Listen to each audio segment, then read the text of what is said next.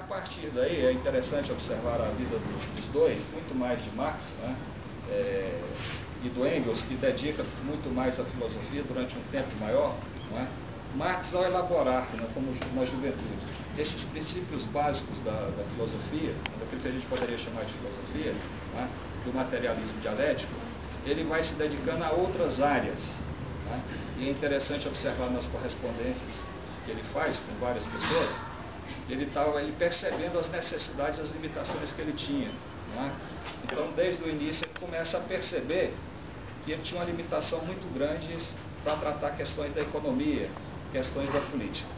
Então, ao formular, né, essa nova concepção de mundo, o materialismo dialético, né, ele vai se preocupar em entender a organização política. Qual é a base estrutural daquele processo revolucionário e contra-revolucionário em curso e qual era a base que permitiria compreender por que uma parcela importante da população, principalmente os trabalhadores, que participaram no bojo das revoluções burguesas, né, aspirando por liberdade, igualdade e fraternidade, estruturando essa nova sociedade, esse novo projeto civilizatório burguês capitalista.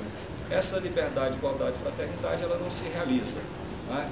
Liberdade para o capital explorar o trabalho. Né? Fraternidade entre as classes, a burguesia para oprimir e explorar o proletariado. Né? E as liberdades formais que são concedidas ao proletariado são liberdades formais. Né? Então, na prática, aquelas reivindicações que mobilizaram multidões de pessoas não se concretizam. E no bojo disso começa a surgir e se organizar esses setores de assalariados, esses setores do proletariado, e que começam a participar de uma forma mais autônoma no processo da contra-revolução e contra-revolução burguesa com bandeiras próprias. Né? E isso é muito evidente na Inglaterra, como vocês percebam, que por volta de 1740 começa a chamada Revolução Industrial, que é uma grande transformação profunda e radical na vida inglesa. Né? E essas massas que se dedicavam à atividade produtiva, né, viviam na periferia com condições péssimas de trabalho, de 14, 12 horas, crianças com 12 horas de trabalho, mulheres com 12 horas de trabalho, né, as situações de extrema penúria que vivia essa população, e aquele mito que foi a bandeira da Revolução Burguesa não se realiza. Né? Então, como um processo revolucionário que traz no seu bojo essas palavras de ordens, né, liberdade, igualdade e fraternidade, não se concretiza, organiza justamente uma sociedade que é o contrário daquilo que estava se colocando. Né?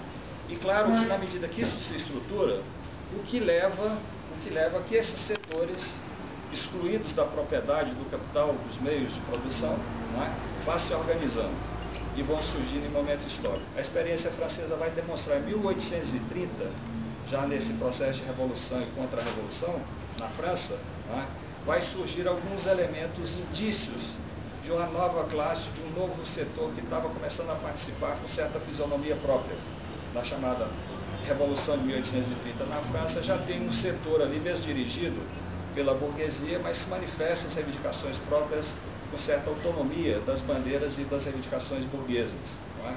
Em 1848 é um marco definitivo do surgimento do proletariado na cena política europeia, não é? E principalmente francesa. Na Inglaterra já estava desenvolvendo o chamado movimento cartista, luta da classe operária, organização de sindicatos, movimento cartista que reivindicava a ampliação dos direitos políticos, direito ao voto. Não é? Então essa nova classe que surge e se desenvolve no bojo dessa sociedade capitalista vai aparecendo com fisionomia própria. E ele percebendo isso, é justamente aí que ele vai vincular que a teoria que eles estavam sistematizando principalmente estava vinculada a essa nova classe que estava surgindo. Não é? Então, ao se dedicar a tentar entender esse processo político na França, ele escreve as chamadas obras políticas, não é? Que é a luta de classes na França, 18 de Brumário, e a partir dessa fase, vamos dizer assim, do envolvimento prático dele, não é? Inicialmente no estudo da filosofia e posteriormente no estudo da política, que ele escreve essas obras, aí ele vai se dedicar ao estudo da economia política.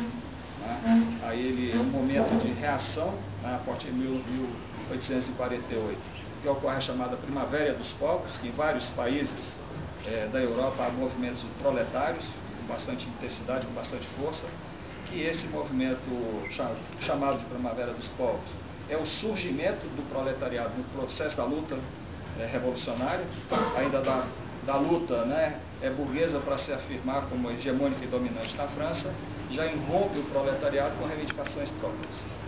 E isso vai marcar a história francesa e vai marcar a França até hoje. Se vocês analisarem, vocês vão perceber que com relações às questões políticas, direitos sociais, a presença ou não do Estado na economia, na sociedade, ainda mantém essa tradição francesa que vem desse período.